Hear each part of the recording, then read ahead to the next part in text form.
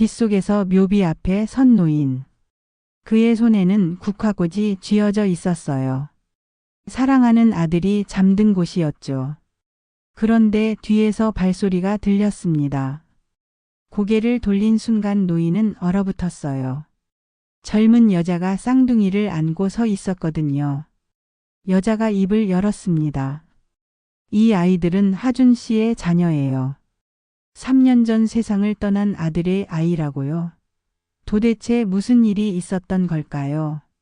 안녕하세요, 여러분. 오늘도 찾아와 주셔서 감사합니다. 오늘 이야기는 정말 가슴 아픈 사연인데요. 한 아버지가 아들의 무덤을 찾았다가 전혀 예상치 못한 진실과 마주하게 되는 이야기입니다. 강태수 회장은 대한민국 굴지의 건설 회사를 이끄는 사람이었어요. 70을 넘긴 나이에도 여전히 카리스마가 넘쳤죠. 하지만 그에게는 평생의 후회가 있었습니다. 바로 외동아들 강하준과의 관계였어요. 하준은 어릴 때부터 심장이 약했어요. 선천성 심장병 때문에 격한 운동도 할 수 없었죠. 태수는 그런 아들을 단단하게 키우고 싶었습니다. 하지만 방법이 잘못됐어요. 언제나 엄격했고 차갑게 대했거든요. 회사를 물려받으려면 강해야 한다고 믿었으니까요. 부자는 점점 멀어졌습니다.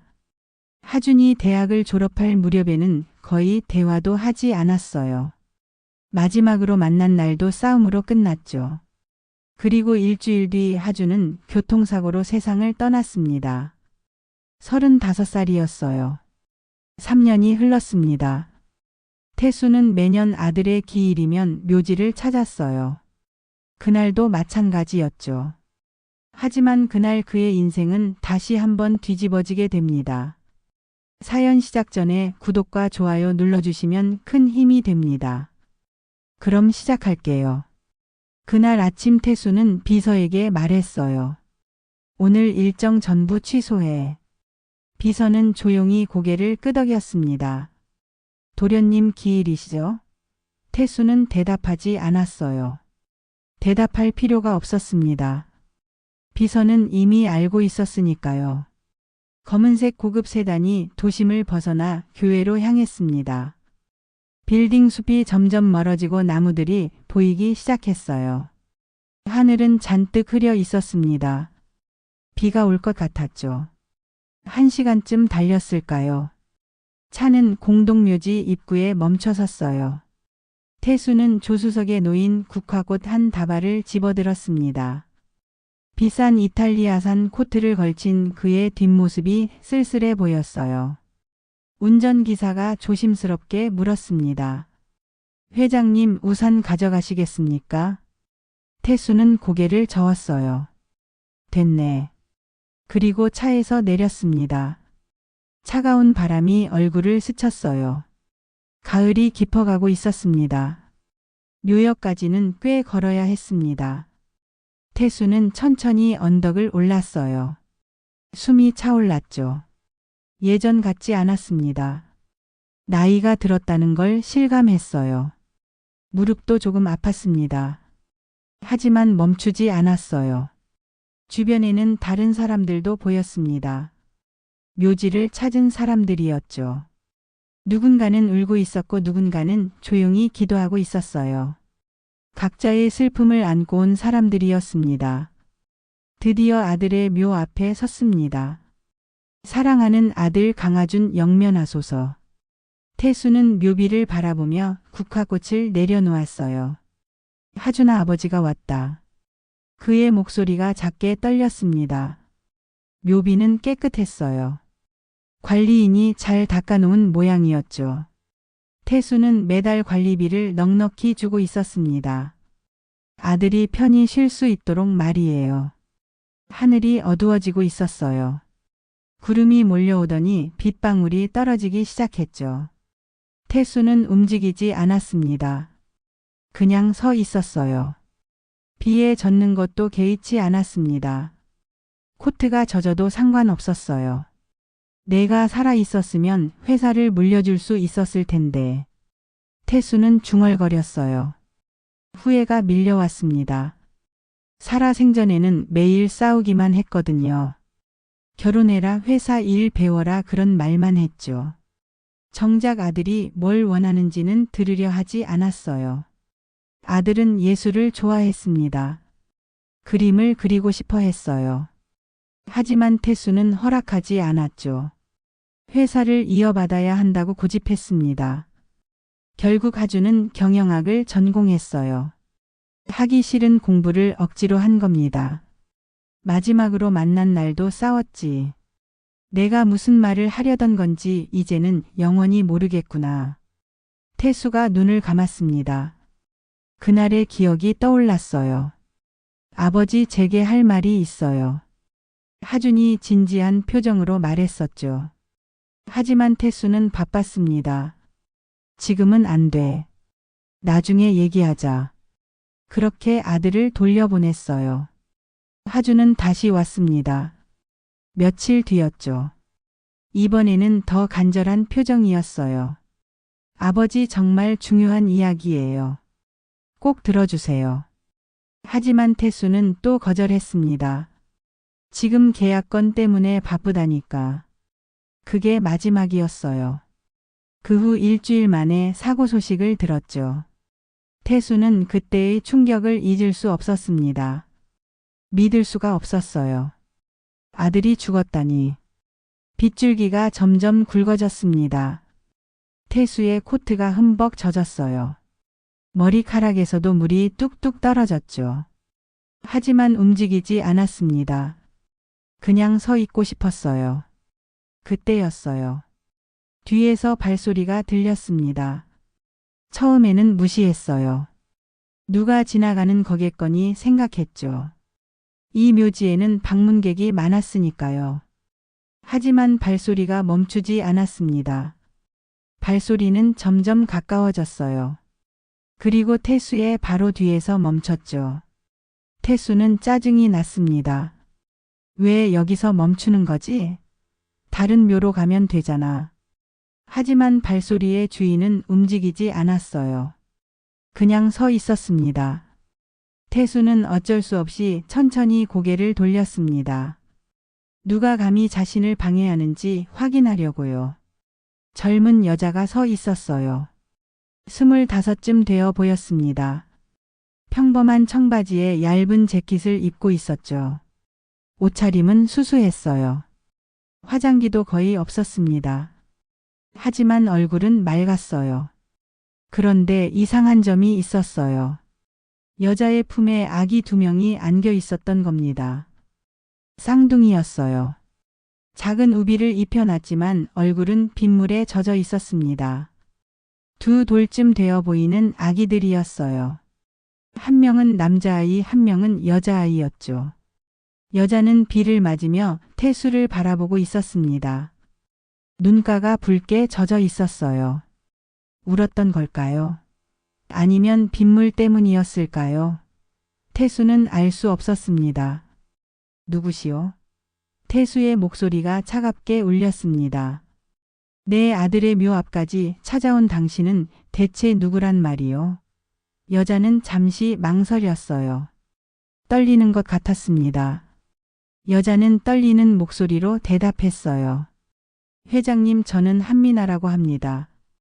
그 말에 태수는 미간을 찌푸렸습니다. 한미나? 그게 누구지? 처음 듣는 이름이었어요. 내가 왜 당신을 알아야 하지? 태수는 퉁명스럽게 물었습니다. 도대체 무슨 일로 여기까지 온 거요? 한미나는 입술을 깨물었어요. 용기를 내려고 애쓰는 것 같았습니다. 한미나는 잠시 망설이다가 용기를 냈습니다. 품에 안긴 아기들이 칭얼거리기 시작했어요. 비가 차가웠거든요. 미나는 아기들을 덮고 안으며 입을 열었습니다.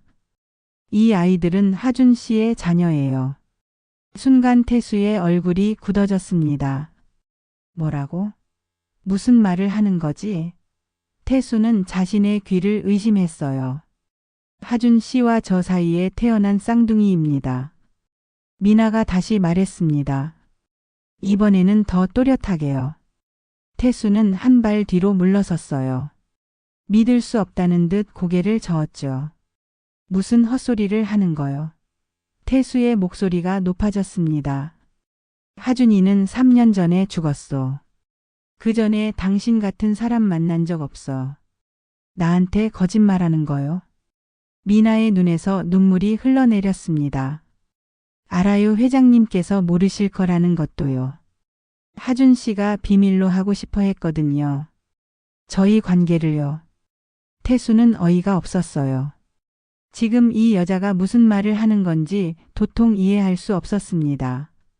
아들이 죽은 지 3년이 지났는데 갑자기 나타나서 손주라니요? 말도 안 되는 소리였어요. 비는 점점 더 세차게 내렸습니다. 천둥 소리도 들렸어요. 미나는 아기들을 보호하려고 몸을 구부렸어요. 아기들이 울기 시작했죠. 추웠던 겁니다. 회장님, 이 아이들은 정말 하준 씨의 아이들이에요. 저는 거짓말하지 않았습니다. 미나의 목소리가 간절했어요. 하지만 태수는 믿을 수 없었죠. 태수는 차갑게 말했어요. 증거라도 있어? 없으면 당장 여기서 나가시오. 미나는 가방을 뒤적였습니다. 떨리는 손으로 봉투 하나를 꺼냈어요. 이게 뭐요? 태수가 물었습니다. 유전자 검사 결과입니다. 미나가 대답했어요. 병원에서 받은 거예요. 확인해 보세요. 태수는 황당했지만 봉투를 받았습니다. 젖은 종이를 펼쳐보니 진짜 유전자 검사 결과지였어요. 공식 서류였습니다. 부자관계 확률 99.99%. 강하준의 이름이 또렷하게 적혀 있었습니다. 태수의 손이 떨렸어요. 이게 무슨 일이지?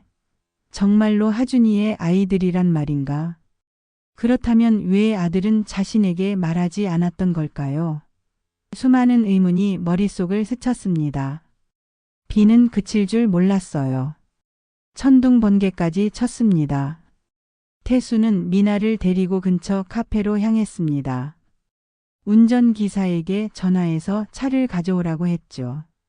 일단 비를 피해야 했어요. 아기들이 감기라도 걸리면 큰일이었으니까요. 묘지 입구 근처에 작은 카페가 있었습니다. 태수는 그곳으로 미나를 안내했어요. 문을 열고 들어서자 따뜻한 온기가 감돌았습니다. 히터가 켜져 있었거든요. 미나는 아기들의 젖은 옷을 벗기고 마른 수건으로 닦아줬어요. 아기들은 여전히 울고 있었습니다. 배가 고픈 모양이었죠. 미나는 가방에서 분유를 꺼냈어요. 태수는 그 모습을 멍하니 바라봤습니다. 정말 자신의 손주들이란 말인가? 남자아이를 자세히 보니 하준을 정말 많이 닮았어요. 코랑 입 모양이 똑같았죠. 카페 주인이 따뜻한 물을 가져다 줬습니다. 미나는 고맙다고 인사하고 분유를 탔어요. 아기들에게 먹이기 시작했죠. 아기들은 조용해졌습니다. 태수는 커피를 주문했어요.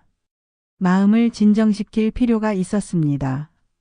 너무 혼란스러웠거든요. 3년 동안 몰랐던 일이 갑자기 드러난 겁니다. 미나가 아기들을 진정시키고 나서 자리에 앉았어요. 태수는 차가운 목소리로 물었습니다. 처음부터 다 말해보시오. 어떻게 하준이를 만났고 왜 나한테는 알리지 않았는지. 미나는 천천히 이야기를 시작했어요. 한 모금 물을 마시고 나서요. 4년 전이었습니다. 저는 삼성병원에서 간호조무사로 일했어요. 하준 씨는 정기 검진 때문에 자주 오셨죠. 심장 때문이었어요. 태수는 고개를 끄덕였습니다. 아들의 심장병은 그도 잘 알고 있었어요. 어릴 때부터 알아온 병이었죠. 선천성 심실 중격 결손증이었습니다. 수술도 여러 번 받았어요. 그래서 자주 만나게 됐습니다. 미나가 계속 말했어요. 처음에는 그냥 환자와 의료진 사이였어요. 하지만 시간이 지나면서 가까워졌죠. 하준 씨가 먼저 말을 걸어오셨어요. 미나의 목소리가 부드러워졌어요. 하준 씨는 정말 좋은 분이었어요. 언제나 상냥하고 다른 환자들한테도 친절했죠. 저한테도 늘 고맙다고 말씀하셨어요. 그런 모습이 좋았습니다. 어느 날 하준이 미나에게 커피를 제안했어요. 검진이 끝난 후였죠. 그렇게 둘은 병원 밖에서도 만나기 시작했습니다. 처음에는 친구 사이였어요. 하지만 점점 서로에게 끌렸죠. 6개월쯤 지났을 때 연인이 됐습니다. 하준이 먼저 고백했어요. 미나 씨, 저는 당신을 좋아합니다. 사귈 수 있을까요? 미나는 놀랐지만 받아들였어요. 자신도 하준을 좋아하고 있었으니까요. 태수는 조용히 듣고 있었어요. 표정은 굳어 있었지만 입을 열지는 않았습니다. 계속 들어봐야 할 것 같았어요. 미나가 계속 말했어요. 하준 씨는 집안 이야기를 거의 하지 않으셨어요. 아버님이 큰 회사를 운영하신다는 것만 알았죠. 어떤 회사인지도 몰랐어요. 하준 씨가 자세히 말씀하지 않으셨거든요. 우리는 행복했어요. 미나의 눈에 눈물이 맺혔습니다. 일주일에 2~3번 만났어요. 영화도 보고 공원도 산책했죠. 평범한 연인들처럼요. 그러던 어느 날 하준이 진지하게 말했어요. 6개월쯤 사귄 후였죠. 미나 씨, 우리 관계를 아버지한테 말씀드리면 반대하실 거예요. 신분 차이 때문에요. 미나는 그 말에 놀랐습니다. 신분 차이라니요? 하준은 설명했어요. 우리 집안은 재벌이에요. 아버지는 제가 같은 재벌가 딸과 결혼하길 원하세요. 정략 결혼을 바라시죠. 미나는 충격받았습니다. 재벌이라니. 전혀 몰랐어요. 하준은 그런 티를 전혀 내지 않았거든요. 항상 검소하게 입고 다녔으니까요. 하지만 하준은 포기하지 않았어요. 저는 아버지의 인정을 받고 싶어요. 하지만 미나 씨를 포기할 수는 없어요. 시간을 주세요. 제가 방법을 찾아볼게요. 미나는 기다리기로 했어요.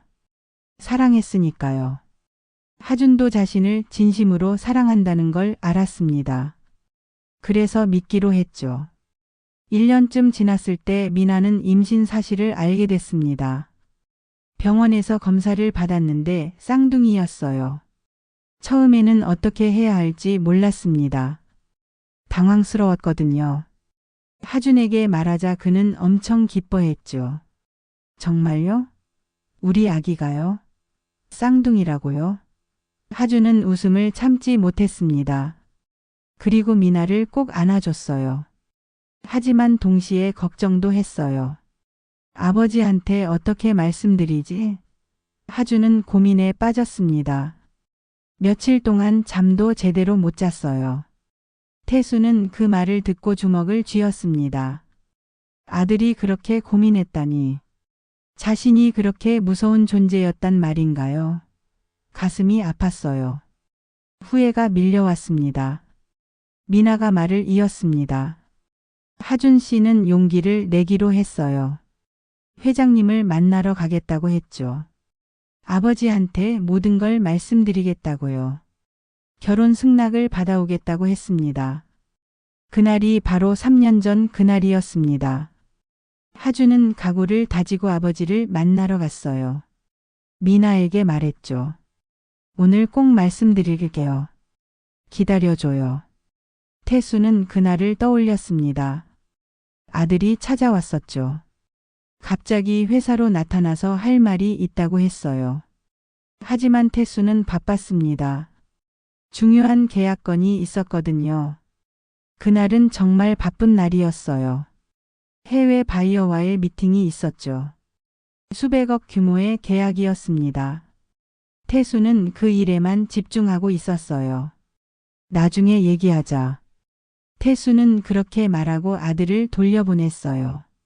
하준의 표정이 어두워진 걸 봤지만 신경 쓰지 않았습니다. 일이 더 중요했으니까요. 하주는 다시 돌아왔습니다. 이번에는 더 심각한 표정이었어요. 며칠 후였죠. 아버지 정말 중요한 얘기예요. 꼭 들어주세요. 하지만 태수는 또 화를 냈습니다. 지금 그럴 때가 아니야. 태수는 소리쳤어요. 회사 일이 얼마나 바쁜데. 내가 뭘 안다고 자꾸 방해하는 거야. 나가. 나가서 일이나 제대로 배워. 둘은 또 싸웠어요. 하주는 아버지 제 말 좀 들어주세요. 중요한 일이에요. 하지만 태수는 듣지 않았습니다. 중요한 건 나도 마찬가지야. 다음에 얘기해. 결국 하주는 말도 제대로 못하고 나갔습니다. 그게 마지막이었죠. 일주일 뒤 교통사고 소식을 들었을 때 태수는 믿을 수 없었어요. 병원으로 달려갔지만 이미 늦었습니다. 장례식장에서 아들을 보냈어요. 영원한 이별이었죠. 태수는 그때 처음 울었습니다. 사람들 앞에서 소리 내어 울었어요. 하준아 미안하다. 아버지가 잘못했어. 미나는 눈물을 흘리며 말했어요. 하준 씨는 돌아오지 못했어요. 사고 소식을 듣고 저는 정신을 잃을 뻔했죠. 배 속에는 쌍둥이가 있었는데 어떻게 해야 할지 몰랐습니다. 병원에서 의사가 말했어요. 아기는 건강해요. 잘 크고 있어요. 하지만 미나는 무너졌습니다. 하준 없이 어떻게 키우죠? 혼자서요. 결국 혼자 아이들을 낳기로 했어요. 하준 씨의 아이들이니까요. 포기할 수 없었습니다. 미나는 일을 그만두고 출산 준비를 했어요. 태수는 묵묵히 듣고 있었습니다. 그런데 왜 나한테 연락하지 않았소? 미나는 고개를 저었어요. 어떻게 연락해요? 하준 씨 연락처밖에 몰랐는데요. 그리고 무서웠어요. 미나가 솔직하게 말했습니다. 혹시 아기들을 빼앗으려 하실까 봐요. 재벌 집안이잖아요. 가난한 제가 아이들 키우는 걸 허락하지 않으실 것 같았어요. 그래서 혼자 키우기로 했습니다. 병원에서 아이들을 낳았어요. 쌍둥이 출산은 힘들었죠. 하지만 아기들을 보는 순간 행복했습니다. 하준 씨를 닮았거든요.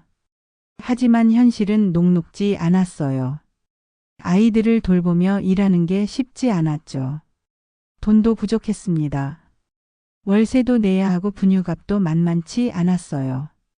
그래도 포기할 수 없었어요. 하준 씨가 남긴 유일한 것들이었으니까요. 미나는 밤낮으로 일했습니다. 낮에는 병원에서 일하고 밤에는 편의점 아르바이트를 했어요.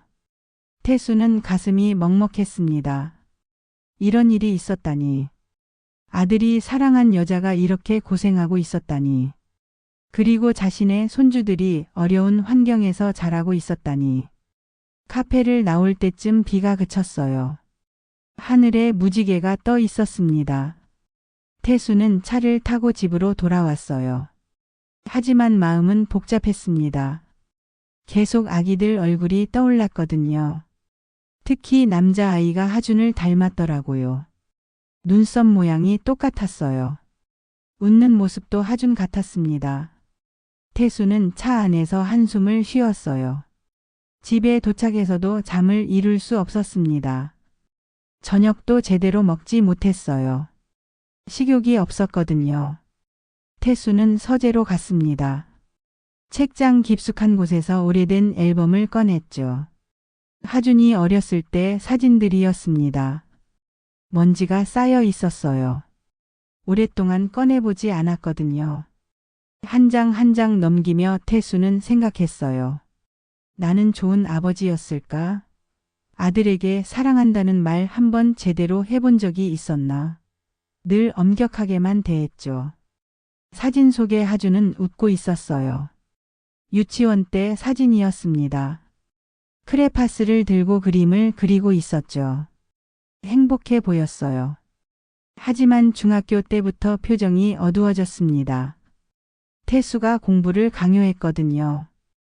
회사를 물려받으려면 강해야 한다고 믿었으니까요. 그래서 하준을 다그쳤죠. 고등학교 때는 거의 웃지 않았어요. 사진에서도 표정이 굳어 있었습니다. 대학 입시 준비 때문이었죠. 태수는 명문대를 고집했어요. 하준은 예술을 전공하고 싶어 했습니다. 하지만 태수는 허락하지 않았죠. 회사 경영을 배워야 한다고 했어요. 결국 하준은 경영학과에 진학했습니다. 다음 날 아침 태수는 결정을 내렸습니다. 비서를 불렀어요. 한미나라는 사람 찾아봐. 어제 내가 만난 여자야. 자세한 신상 정보 알아오고. 그리고 변호사도 연락해. 유전자 검사 결과 확인하고 법적 문제 없는지 검토해줘. 비서는 놀란 표정이었지만 바로 움직였어요. 며칠 뒤 비서가 보고서를 가져왔습니다. 한미나 25세. 서울 은평구 거주. 현재 병원 간호조무사로 근무 중. 미혼모로 쌍둥이 양육 중. 경제적으로 어려운 상황. 태수는 보고서를 읽으며 안타까웠어요. 젊은 나이에 혼자 아이들을 키우다니. 얼마나 힘들었을까요? 하준이 살아 있었으면 이런 일은 없었을 텐데. 변호사도 연락이 왔습니다. 유전자 검사 결과는 진짜입니다. 조작된 흔적 없어요. 법적으로도 회장님의 손주가 맞습니다. 태수는 고개를 끄덕였어요. 그날 저녁 태수는 미나를 다시 만났습니다. 이번에는 제대로 된 장소에서 만났어요. 호텔 라운지였죠. 조용하고 편안한 곳이었습니다. 미나는 긴장한 모습이었습니다. 아기들과 함께 왔어요. 민준이와 서연이는 차분하게 앉아 있었죠. 미나가 잘 가르친 모양이었어요. 태수는 아기들을 가만히 바라봤습니다. 가까이서 보니 더 신기했어요. 남자아이는 정말 하준을 닮았습니다. 눈매가 똑같았죠. 여자아이는 미나를 닮았지만 웃는 모습이 하준 같았어요. 태수는 처음으로 아기를 안아봤습니다. 민준이었어요. 작고 따뜻했습니다. 한미나 씨. 태수가 입을 열었어요. 내가 나쁜 아버지였소. 아들이 살아있을 때 제대로 대하지 못했어요. 그 때문에 아들도 나한테 말하지 못했겠죠. 미나는 아무 말도 하지 않았습니다. 그냥 조용히 듣고 있었어요. 태수가 계속 말했습니다. 하지만 이 아이들은 다르게 키우고 싶소.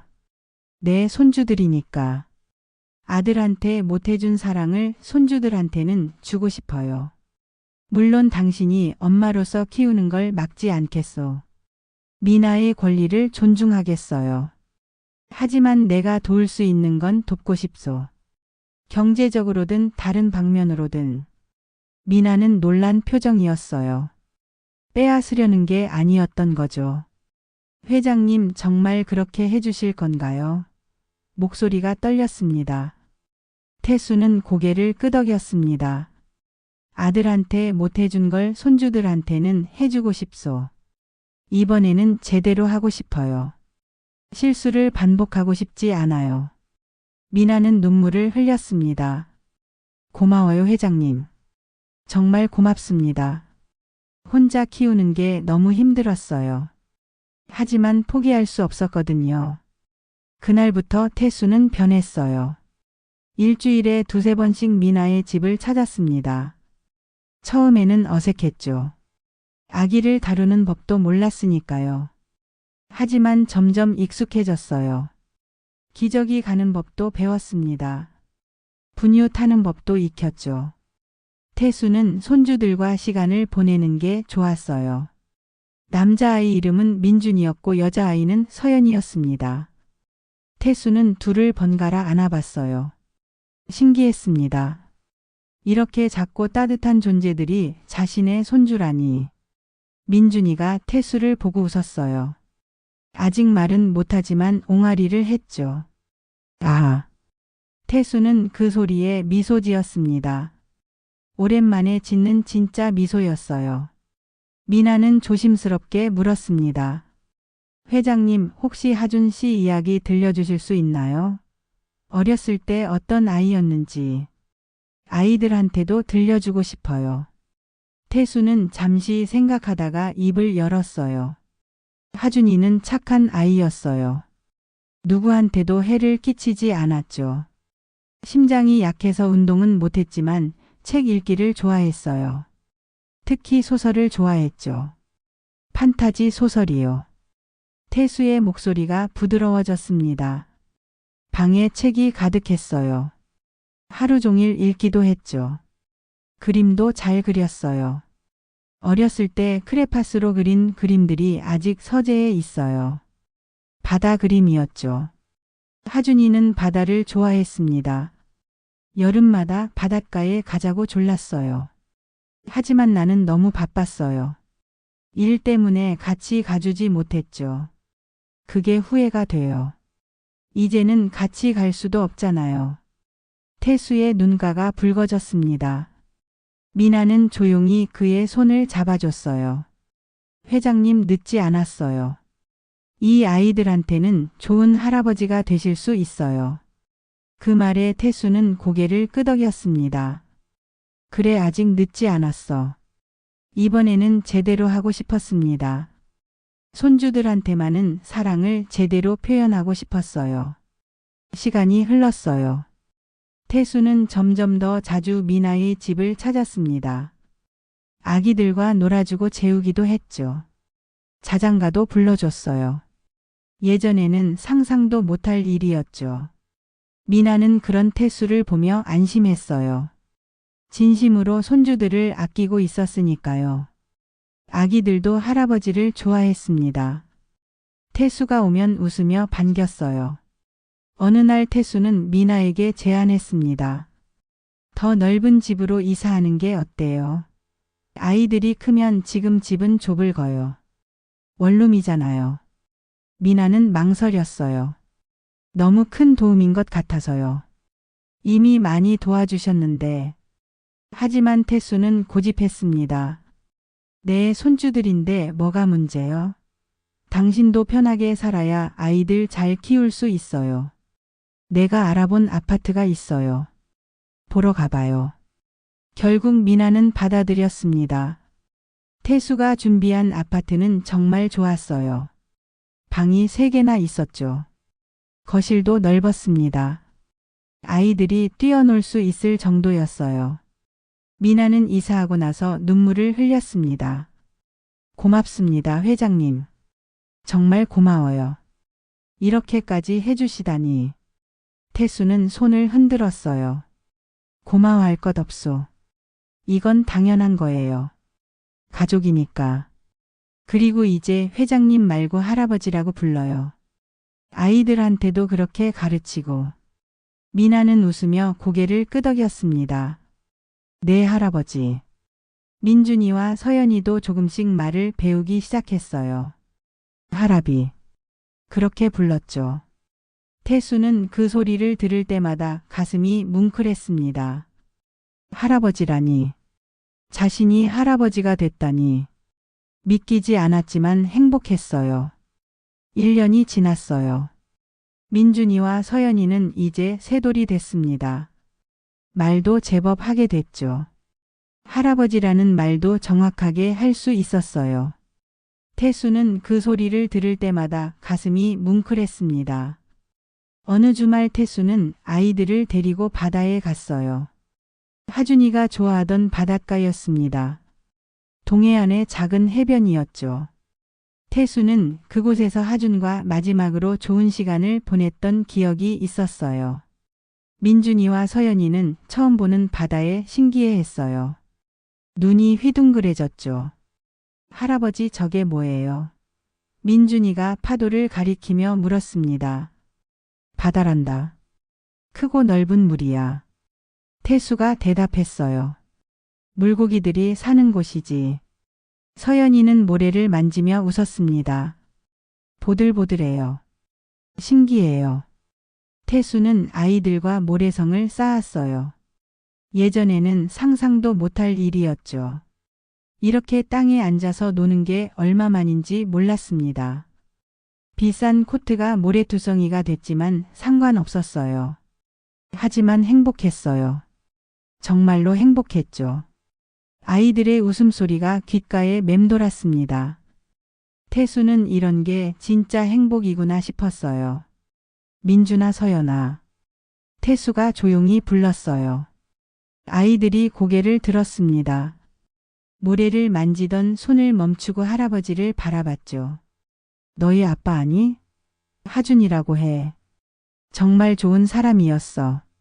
민준이가 고개를 갸우뚱했어요. 아빠요? 우리 아빠 어디 있어요? 태수는 하늘을 가리켰습니다. 저 위에 계셔. 별이 된 거야. 너희를 항상 지켜보고 계실 거야. 사랑하고 계실 거란다. 서연이가 웃으며 손을 흔들었어요. 아빠 안녕. 아빠 보고 싶어요. 그 모습을 보며 태수는 울컥했습니다. 목이 메었어요. 하준아, 내 아이들 잘 크고 있어. 걱정하지 마. 내가 책임지고 잘 키울게. 약속할게.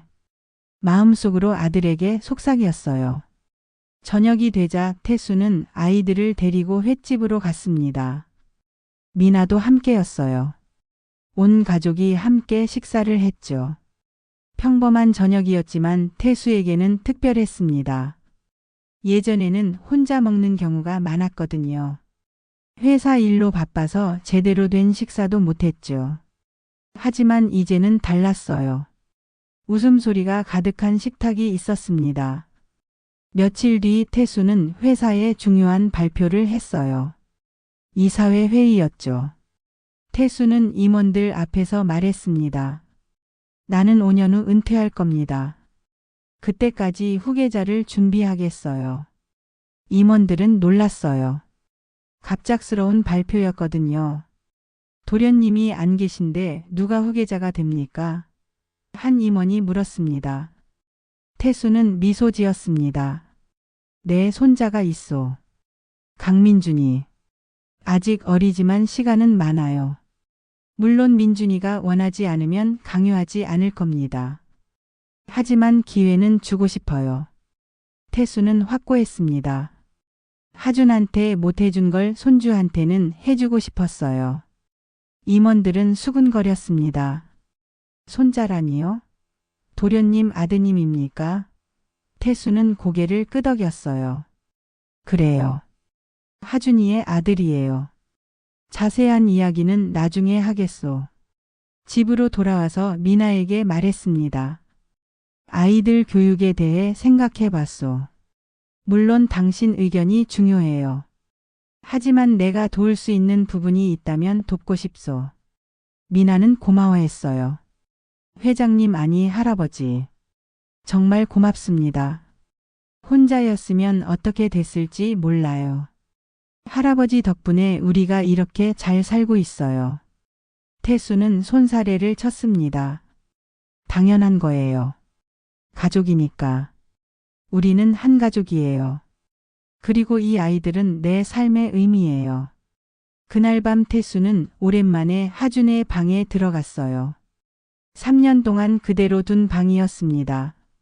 책상 위에는 하준이 읽던 책이 그대로 있었죠. 태수는 책을 집어들었어요. 판타지 소설이었습니다. 하준이 좋아하던 장르였죠. 책장을 넘기다가 하준이 쓴 메모를 발견했어요. 아버지와 함께 바다에 가고 싶다. 짧은 문장이었습니다. 태수는 가슴이 미어졌어요. 아들이 바랐던 게 이렇게 단순한 거였구나. 하준아, 내가 사랑한 사람을 만났어. 한미나라는 좋은 여자야. 그리고 내 아이들도 봤어. 정말 예쁘더라. 너를 많이 닮았어. 내가 좋은 아버지가 되지 못해서 미안하다. 하지만 할아버지로서는 잘하고 싶어. 내가 이루지 못한 행복을 아이들한테는 줄게. 약속할게. 태수는 책을 제자리에 놓았어요. 방을 나서며 뒤돌아봤습니다. 이제는 보낼 때가 된 것 같았어요. 하준이를. 물론 있는 건 아니에요. 하지만 과거에 머물 수는 없었죠. 앞으로 나아가야 했습니다. 손주들을 위해서라도요. 다음 날 태수는 미나에게 제안했어요. 이번 주말에 소풍 어때요? 민준이와 서연이 데리고 공원에 가는 거예요. 날씨도 좋을 것 같고. 미나는 좋다고 했습니다. 아이들도 좋아할 거예요. 요즘 집에만 있었거든요. 밖에서 뛰어노는 게 필요해요. 주말이 됐어요. 네 식구는 함께 공원에 갔습니다. 태수는 아이들과 공놀이를 했어요. 민준이가 공을 던지면 받아주고 서연이가 넘어지면 일으켜줬죠. 미나는 그 모습을 사진으로 찍었어요. 정말 행복해 보였습니다. 누가 봐도 사랑 가득한 가족이었죠. 3년 전만 해도 상상할 수 없던 모습이었어요. 민준이와 서연이는 신나게 뛰어다녔습니다. 비둘기를 쫓아가기도 하고 꽃을 구경하기도 했어요. 태수는 그런 아이들을 따라다니며 웃었습니다. 점심시간에는 도시락을 먹었어요. 미나가 정성껏 준비한 음식이었죠. 김밥과 계란말이, 과일도 있었습니다. 태수는 오랜만에 맛있게 먹었어요. 해가 지고 집으로 돌아올 때 민준이가 말했습니다. 할아버지 오늘 정말 재밌었어요. 또 오고 싶어요. 태수는 아이의 머리를 쓰다듬었어요. 할아버지도 재밌었단다. 또 오자. 우리 자주 나오자.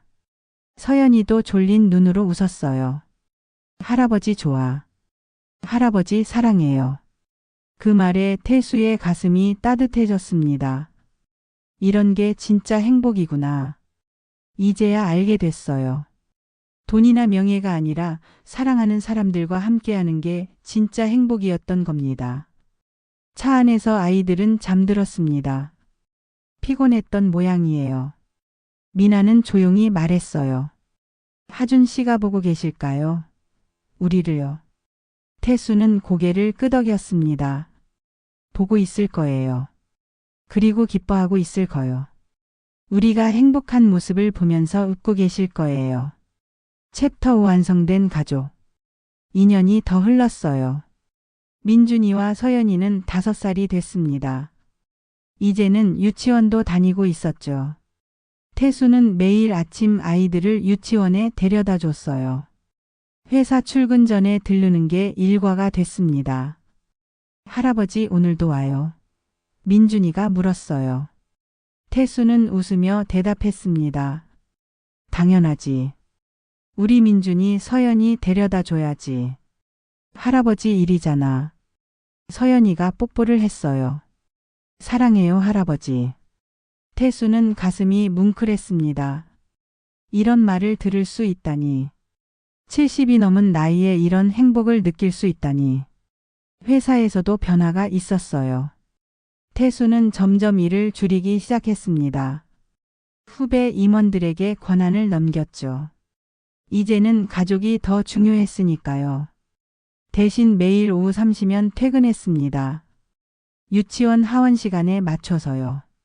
아이들을 데리러 가는 게 태수의 낙이었어요. 어느 날 미나가 조심스럽게 말했어요. 할아버지 제가 하나 부탁드려도 될까요?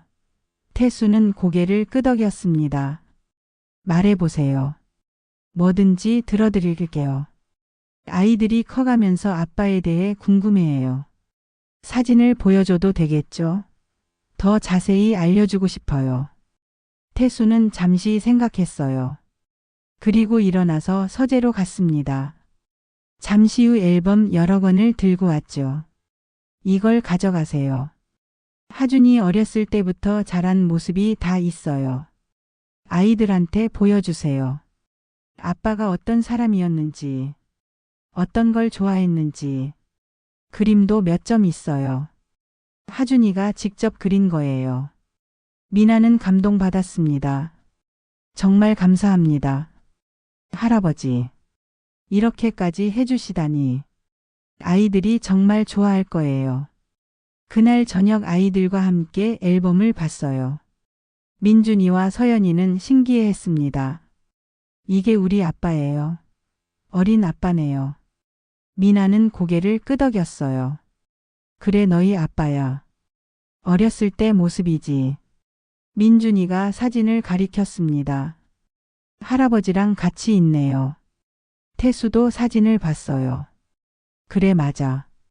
그때 동물원에 갔었지. 하준이가 코끼리를 보고 싶어 했거든. 태수는 웃으며 말했습니다. 정말 즐거운 날이었어. 서연이가 다른 사진을 봤어요. 이건 뭐예요? 그림이에요. 태수가 설명했습니다. 아빠가 그린 그림이야. 바다 그림이지. 아빠는 바다를 정말 좋아했어. 민준이가 말했어요. 우리도 바다 좋아해요. 할아버지랑 갔었잖아요. 태수는 고개를 끄덕였습니다. 그래 너희도 아빠를 닮았구나. 며칠 뒤 태수는 특별한 곳에 아이들을 데려갔어요. 하준의 묘지였습니다. 처음으로 손주들을 데리고 온 거죠. 민준이와 서연이는 조용히 따라왔어요. 묘비 앞에서 태수는 말했습니다. 여기 너희 아빠가 계셔. 인사하렴. 민준이가 공손히 절했어요. 아빠 안녕하세요. 저 민준이에요. 서연이도 따라했습니다. 아빠 저는 서연이에요. 사랑해요 아빠. 태수는 무릎을 꿇고 묘비를 만졌어요. 하준아 내 아이들이야. 잘 자라고 있지? 건강하고 착해. 내가 사랑한 미나도 훌륭한 엄마가 됐어. 걱정하지 마. 그리고 아빠도 이제 괜찮아. 내가 없어서 외롭고 후회스러웠지만 이 아이들 덕분에 다시 살아갈 이유를 찾았어. 고맙다 하준아. 태수의 눈에서 눈물이 흘렀습니다. 미나도 옆에서 눈물을 닦았어요. 민준이와 서연이는 할아버지를 위로했습니다. 할아버지 울지 마세요. 우리가 있잖아요. 아빠도 우리 보면서 웃고 계실 거예요. 태수는 웃으며 아이들을 안았어요. 그래 너희가 있지. 할아버지 울지 않을게.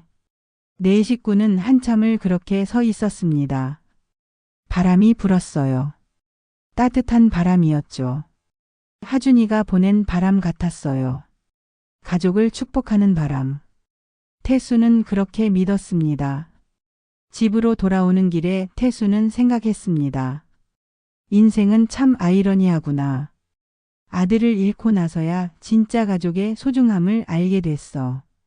하지만 늦지 않았어. 아직 할 수 있는 게 많으니까. 손주들과 함께할 시간이 남아 있으니까. 태수는 다짐했습니다.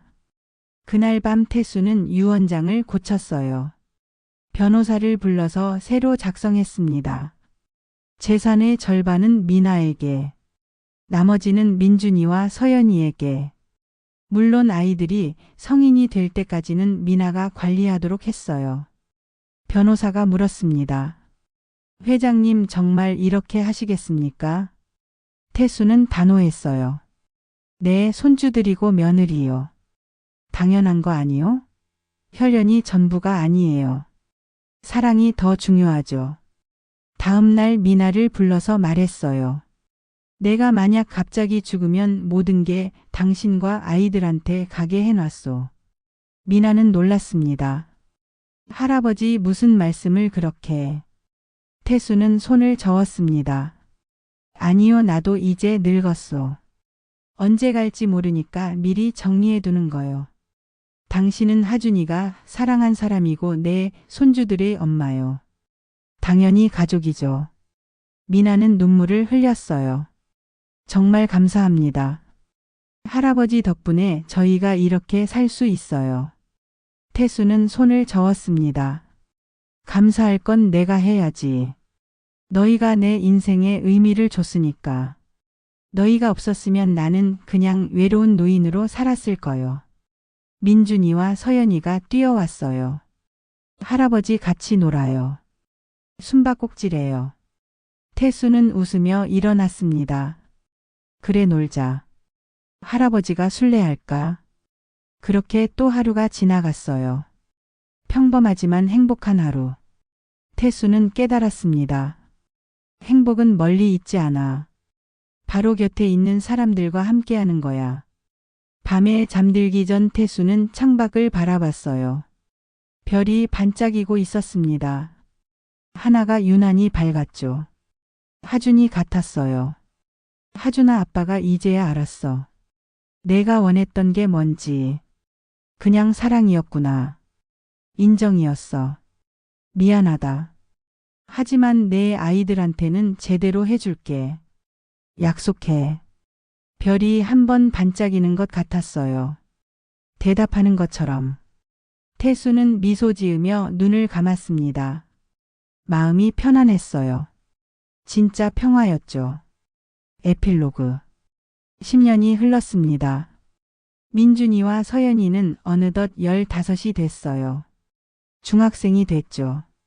태수는 80이 넘었지만 여전히 건강했습니다. 매일 아침 산책을 하고 손주들과 시간을 보냈어요. 어느 일요일 온 가족이 모였어요. 미나도 재혼을 했거든요. 좋은 사람을 만났죠. 태수가 직접 소개해준 사람이었어요. 미나를 진심으로 사랑하는 남자였습니다. 식탁에 둘러앉아 식사를 했어요. 민준이가 말했습니다. 할아버지, 저 나중에 회사 경영 배우고 싶어요. 태수는 놀라며 물었어요. 정말이냐? 하고 싶어서. 강요는 아니지? 민준이는 고개를 끄덕였습니다. 내 할아버지처럼 멋진 사람이 되고 싶어요. 할아버지가 만든 회사를 이어가고 싶어요. 태수는 가슴이 벅찼어요. 하지만 강요하지 않을 거야. 내가 진짜 원하는 걸 해야 해. 알겠지? 민준이가 웃었습니다. 알아요, 할아버지. 그래도 해보고 싶어요. 서연이도 말했어요. 저는 의사가 되고 싶어요. 아빠처럼 아픈 사람들 도와주고 싶어요. 심장병 환자들을 치료하고 싶어요. 미나가 딸을 안아줬습니다.